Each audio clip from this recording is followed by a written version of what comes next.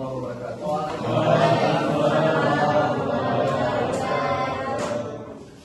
Alhamdulillah kita diberi kesempatan pada hari yang berbahagia ini untuk bisa terus berikhtiar untuk memperoleh pengetahuan yang kemudian nanti akan membawa ke arah kebaikan bagi kita semua. Ya. Namun sebelum kita mulai, hal lebih baiknya kita perlu dulu mengetahui tujuan dari pembelajaran pada hari ini. Ya. Karena memang bahasa Inggris di PAM ini adalah bahasa Inggris umum, jadi tujuan dasarnya itu adalah para mahasiswa itu mampu memahami konsep-konsep dasar dalam bahasa Inggris. Karena di dalam bahasa Inggris nantinya itu akan ada banyak skills, ada reading, ada speaking, ada listening, dan ada writing. Tapi pada hari ini kita coba lebih fokus kepada konsep dasar dari writing itu sendiri. Konsep dasar dari writing. Nah, writing itu kemudian nanti akan berimplikasi pada pemahaman konsep-konsep dasarnya di dalam pembelajaran, dalam proses writing, dalam meningkatkan kemampuan writing. Nah, apa sih yang akan kita pelajari hari ini? Gitu kan? Topik pembelajaran kita hari ini itu mungkin terkait dengan modal auxiliary, ya, modal auxiliary. Ada sebagian orang modal auxiliary. Kata dasar modal auxiliary itu apa sih sebenarnya? Mungkin kalian juga sudah pernah dengar ada yang namanya will, ada yang namanya shall, ada yang namanya may, dan nah, ini sebagian dari modal auxiliary yang sering digunakan di dalam kalimat bahasa Inggris, baik lisan maupun tulisan. Nah, apa sebenarnya makna daripada semua ini? Makna dari kata will itu kan yang pertama dia menunjukkan rencana, rencana tentu terkait dengan masa yang akan datang. Maka artinya itu akan ya, akan. Kemudian ada juga shall, juga rencana akan juga. Akan tetapi shall ini juga bisa bermakna harus. Kemudian ada may, membolehkan, mengizinkan,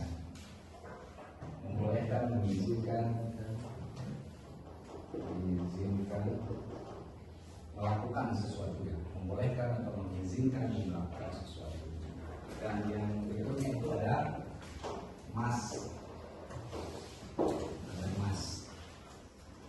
Must itu penegasan terkait dengan keharusan melakukan sesuatu, harus atau mesti melakukan sesuatu. Itu 4 kata yang sering muncul, yang sering digunakan di dalam kalimat bahasa Inggris. Nah, sebenarnya apakah ini sesuatu yang baru?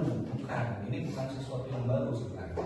Ini sudah sering kita lihat, sudah sering kita dengar, bahkan sudah sering kita praktekkan menggunakan kata will, shall, may, dan must. Nah, ketika ini semua sudah kita pahami maknanya, maka akan sangat mudah kita gunakan. Ya, sangat mudah kita gunakan. Karena dalam komposisi bahasa Inggris, modal auxiliary ini muncul setelah subjek, ya, setelah subjek baru muncul modal auxiliary. Harusnya hari ini ada slideshow. Cuman karena satu dan lain hal, trafo kita meledak di depan, jadi semua seterbiah kita ini nggak ada listrik hari ini.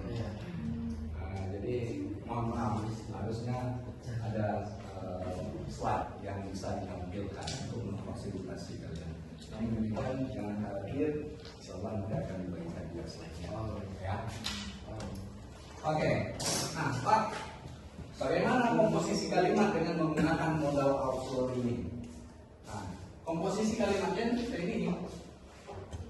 Subjek, modal auxiliary ditambah dengan pekerjaan atau aktivitas atau kata kerja atau diistilahkan dengan bahasa Inggris itu verb one. Meskipun dia itu regular maupun yang irregular maupun irregular. Sudah selesai. Polanya sudah selesai sampai di situ. Pak, ada contohnya?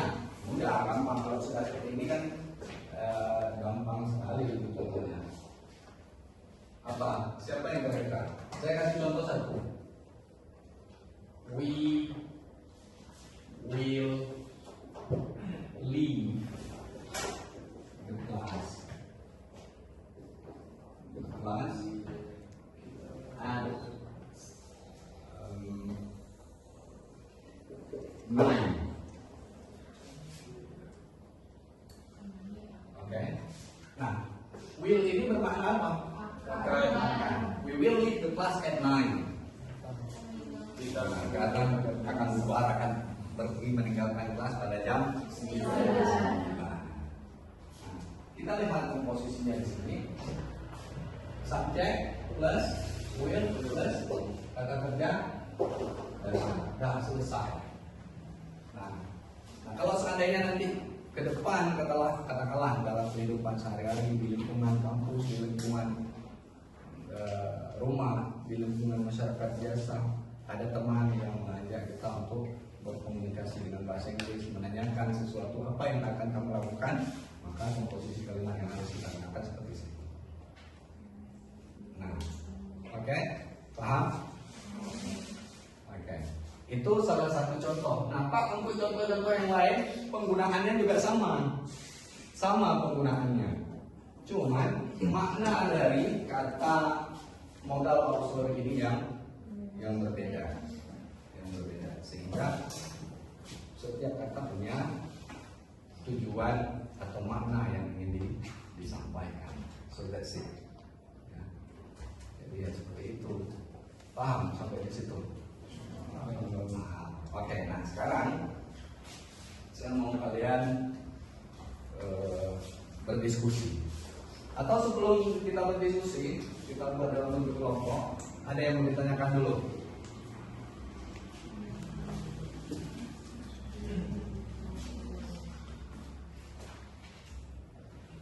Udah paham semua? Insya Allah ya, udah paham semua. Hari ini tujuan dari pembelajaran kita adalah kalian mampu menerapkan kalimat itu, kalimat modal auxiliary. Menerapkan kalimat modal auxiliary tidak hanya di ruang kelas tetapi di luar. Ada pertanyaan? Tidak ada. Oke, begini. Ini kelompok satu kelompok berlima. Ini kelompok 2, kelompok 3, kelompok 4, kelompok 5, kelompok 6. Oke, ada 6 kelompok di sini. I gave you 5 minutes to discuss with your friends to produce the sentence of modal auxiliary. Ada 5 menit untuk kalian untuk menghasilkan kalimat modal auxiliary. It's depend on you. Ya, terserah sama kalian seperti apa kalimatnya. The most important is to be fit with the structure that I have told you just now. Jadi harus sesuai dengan pola yang sudah saya sampaikan bersama. Oke, silakan kerjakan 5 menit. Satu kelompok satu kalimat aja, nggak usah banyak-banyak.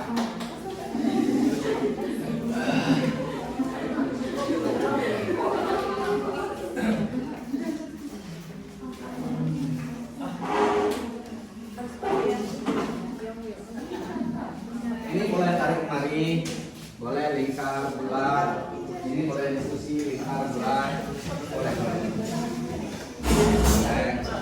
Boleh juga. Ini juga boleh tarik kenalan. Silakan. Kita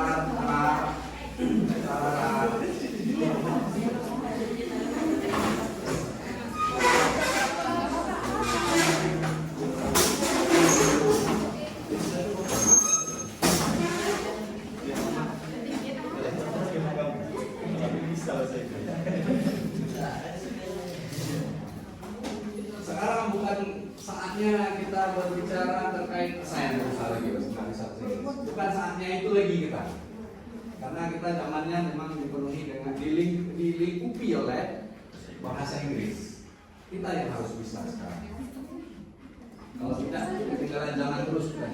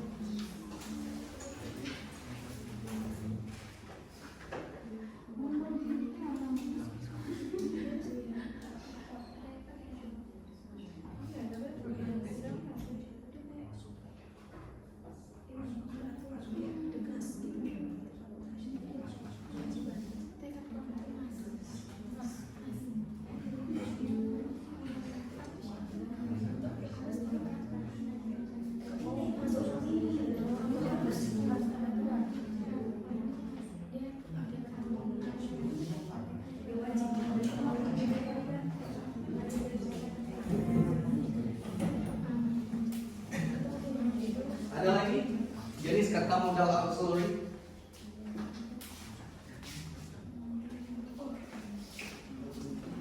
Ada satu lagi. Ada can, bisa. Can digunakan untuk menentukan kemampuan atau ability to do something.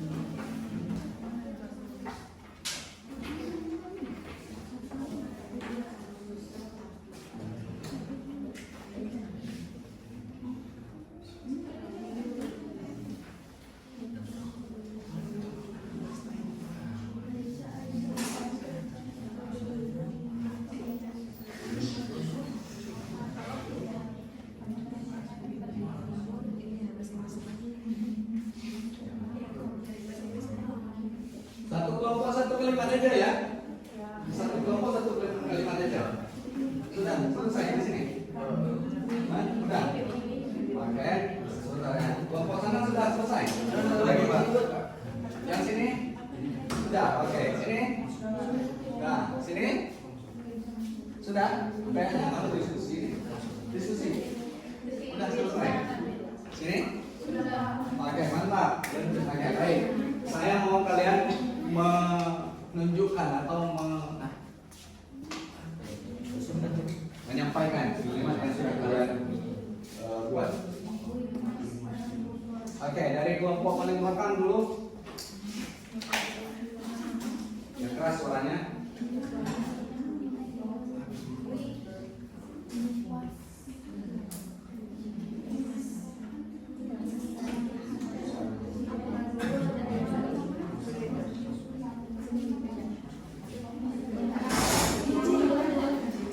Whatever, apapun boleh. Silakan. We will go to school tomorrow. Okay. We will go to the zoo tomorrow. Okay, good. Kira-kira benar nggak kalimat itu? Kira-kira benar nggak? We will go to the zoo tomorrow. Benar? Nah, oke, kasih. Polanya sudah dapat ya. Polanya sudah dapat seperti itu. Jadi, misalnya yang terpenting dalam menyampaikan atau menghasilkan kalimat itu adalah paham dulu polanya, sehingga tidak salah. Ketika polanya sudah kita pahami, tinggal kita taruh saja kata-katanya itu. Oke, sekarang dari kelompok terdepan dalam hal prestasi.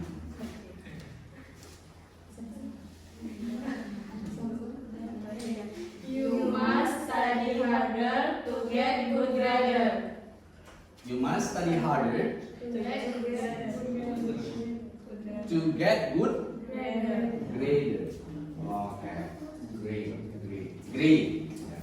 You must study harder to get good grade. Okay, you must study. Okay, ya. Kasih tepuk tangan dulu. Oke, cowok berantem.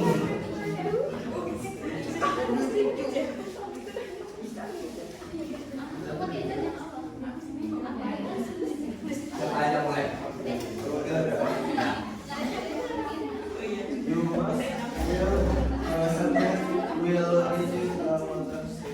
Oke, ada kalimat you must wear helmet while riding motorcycle. Kamu harus menggunakan helm saat mengendarai sepeda motor. Oke.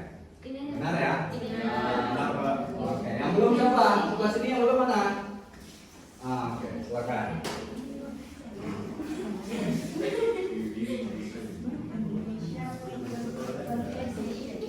We shall make a good conversation. Oke, mantap. Pemilihan kata shall. Tepuk tangan. Ya. Shall salah satu dari kata modal auxiliary yang bermakna boleh akan, boleh juga harus. Ya. Dari penggunaan modal auxiliary itu. Silakan kelompok terakhir. Jadi harus adil semua dapat giliran. We shall go to the field tomorrow. We shall go to the field tomorrow. We shall go to the field tomorrow. Dan shall ini juga bisa menunjukkan makna akan. Shall punya banyak makna, tetapi jarang digunakan. We shall go to the field tomorrow. Nah, intinya kalimat yang disampaikan itu benar. Artinya setelah shall itu kan kata kerja pertama. We shall go to the field tomorrow. Oke? Mantap, luar biasa kalian sudah mampu memahami penggunaan modal auxiliary walaupun masih misalnya on the surface ya. Namun demikian perlu kita pahami bahwa penggunaan modal auxiliary ini bukan hanya sebatas will, shall, may, might, dan can. Nah, jelasnya coba kita lihat berikut ini. Saya menjelaskan saja, berhubung karena tidak ada listrik saya tidak bisa sampai tunjukkan. Nah, yang pertama saya ingin sampaikan bahwa perlu dipahami bahwa kata hand sebagai modal auxiliary itu adalah makna yang diungkapkan itu untuk mengungkapkan ability, express the ability of someone or something. Dan untuk mengungkapkan kemampuan melakukan sesuatu. I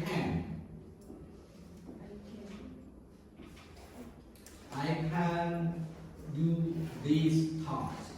Saya bisa melakukan tugas ini. Ya. Kemudian I cannot speak French. Saya tidak bisa berbicara bahasa. I just can speak Chinese. Saya hanya bisa bahasa saja. Okay. Can you open this jar? Can you open the door?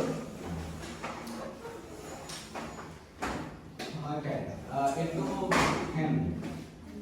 Di samping itu, can itu sendiri juga biasanya digunakan untuk menunjukkan meminta izin, ask for permission. Can I use your bathroom? Boleh, saya pakai kamar mandi ya. Can I leave now? Bisa saya keluar sekarang? Atau bisa saya pergi sekarang? Can I raise the volume? Bisa saya naikkan volumenya? Jadi di samping can itu sebagai kata yang digunakan untuk menunjukkan kemampuan, can itu juga bisa dipakai untuk meminta izin, permission. Nah, kemudian ada lagi yang namanya could, yang namanya past tense dari can. Sebenarnya begini dia. Can past tense-nya jadi could. Apakah sama penggunaannya? Nah, sama kemudian penggunaannya. Secara umum itu sama. Karena can itu untuk mendeskripsikan, describe the ability of someone to do something, but could is also to describe the ability of someone or something to do something in the past. Ya. Jadi kemampuan seseorang itu untuk melakukan sesuatu di masa lalu, di masa lampau. I could swim when I was young. Saya bisa berenang ketika saya masih muda. Nah, sekarang saya sudah tidak muda lagi. Dulu saya masih bisa berenang. Kalau sekarang berenang mungkin gaya batu, langsung menyelam.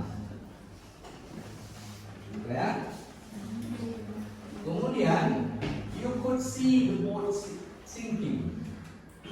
Seharusnya kamu dapat melihat boat itu tenggelam. Sink. Jadi, ini tenggelam nih. Sinking.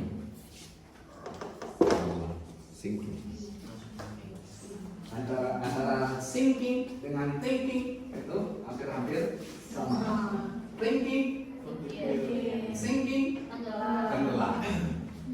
Lama-lama berpikir jadi tenggelam.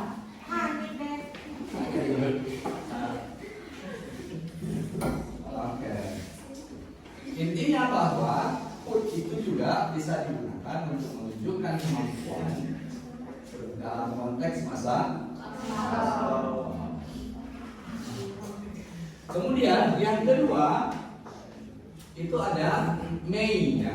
May itu may.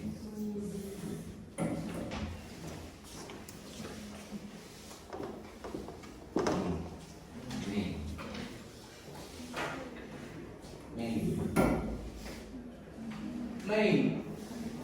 Apa makna yang bisa ditampilkan, yang bisa diberikan, apa makna yang bisa diberikan oleh may? Sering kita kita mendengar bahwa may I help you, gitu kan? May itu used to ask formal permission,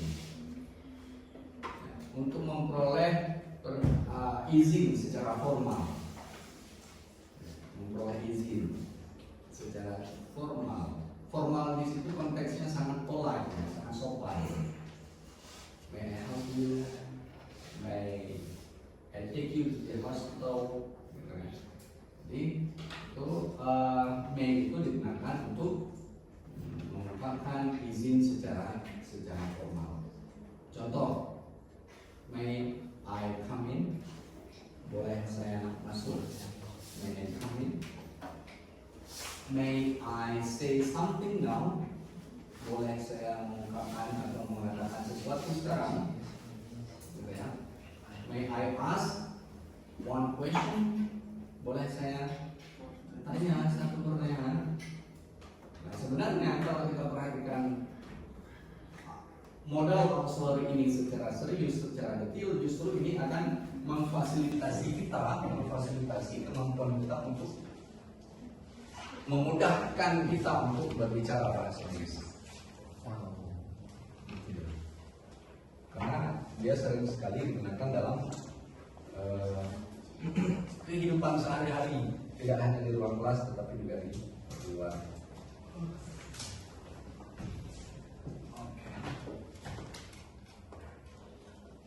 Kemudian she may agree with this plan. Dia izin, boleh she may agree, bisa jadi setuju, boleh jadi setuju dengan rencana ini.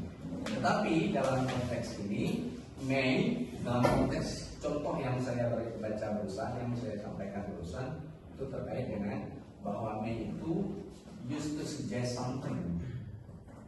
Bahwa may itu digunakan untuk menyarankan sesuatu, ya, menyarankan sesuatu. Jadi may itu dua sudah fungsinya. Yang pertama ask for formal information. Yang kedua used to suggest something. Used to suggest something. Digunakan untuk menyarankan sesuatu. Seperti she may agree with this plan. Mungkin boleh jadi dia setuju dengan rencana ini. They may not be happy about what happened. Bisa jadi mereka tidak senang dengan apa yang terjadi. Ya. Oke, kemudian may juga tidak berdiri sendiri, dia ada pasangannya. Kalau past tense-nya ini maknanya ini katanya my. My, bukan Mike. Kalau Mike, nama orang. Ya. Makna apa yang bisa diberikan oleh Mike? Mike used to suggest smaller possibility than May does. Kemungkinan ya, menunjukkan makna mungkin, tetapi possibility-nya sangat kecil. I might go to your house. Tapi mungkinnya itu levelnya terendah. Saya mungkin akan pergi ke rumahmu. Tetapi mungkin kejadian itu sangat kecil.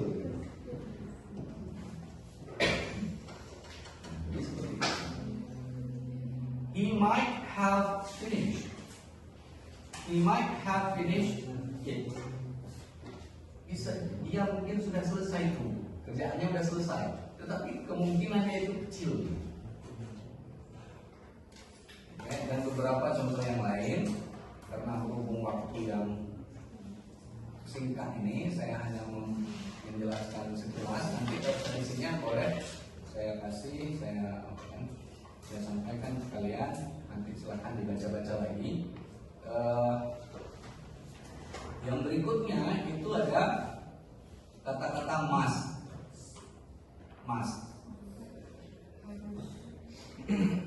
Used to express something formally required or necessary. Mengungkapkan sesuatu yang secara formal itu dibutuhkan. Harus, misalnya. Harus. I must complete the project by this week. Saya harus menyelesaikan proyek ini dalam minggu ini. I must. Kita kan sering bilang must. Kita sering menggunakan must. Kalau saya dalam bahasa Indonesianya itu adalah saya harus bisa bahasa Inggris. Saya harus berbicara bahasa Inggris. I must speak English. Nggak boleh I must speaking English. Karena setelah must itu kata kerja one. Ya, regular or irregular. Apapun kata kerjanya setelah modal auxiliary itu adalah verb one.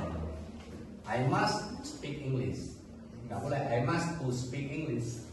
Apalagi I must speaking English. I shall speak with him. Itu ya, contoh-contoh yang yang seharusnya diterapkan dalam penggunaan must.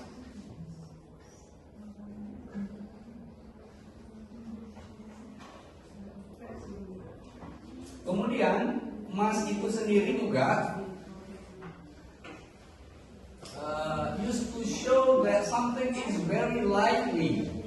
Ya, used to show that something is very likely. Untuk menunjukkan bahwa sesuatu itu hampir sama atau mirip-mirip. Nah, itu must di situ digunakan. Tapi setelah must itu ada be. Must plus be. Ya, must plus be. Contohnya bagaimana, Pak? Nah, kita lihat. Atau bermakna pasti. He must be a genius. He must be a genius. Dia pasti genius, gitu kan?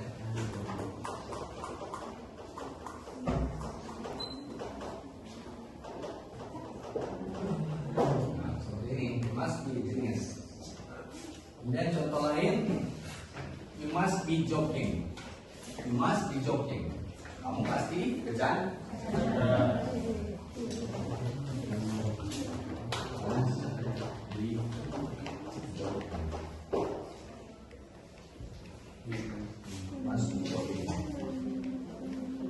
Oke, itu penjelasan.